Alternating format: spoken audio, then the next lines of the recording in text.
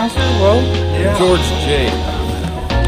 Hey, how's it going? George Master here, doing the typical shopping here at Fry's, and I found this right here.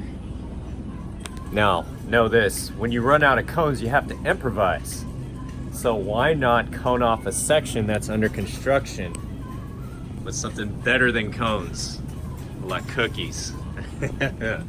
Who'd have thought? Grasshopper cookies. Great for eating, great for creating a barrier for the safety and sake of the area that is under construction. Oh yeah, baby. I want to see Bashas' or some other major food chain use cookies to cone off a section. Definitely got my attention. Definitely gonna keep people out of going on this. See what else I can find around here. Happy shopping.